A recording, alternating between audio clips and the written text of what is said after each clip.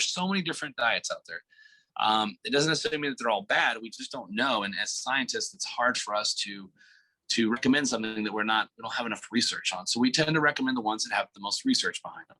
Those are going to be the older ones. It's going to be things like Science Diet, Purina, Iams, Royal Canin, those kind of things.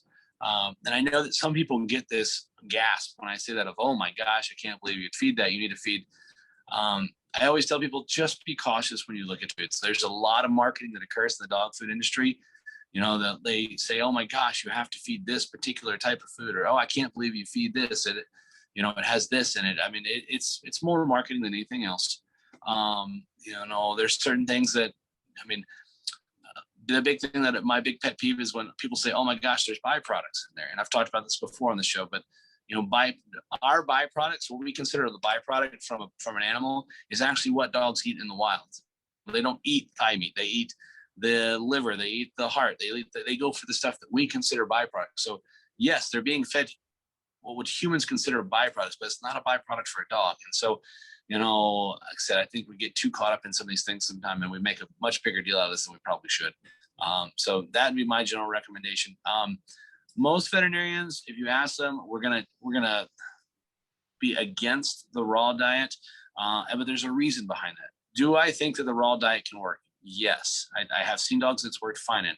The problem is that most people are not willing to do to do it correctly. So it can be very expensive and very labor intensive to do a raw diet correctly. And so if you do it wrong, you're going to make your dog sick. You can make family members sick. You have a dog walking around with bacteria all loaded in its mouth as they lick your face.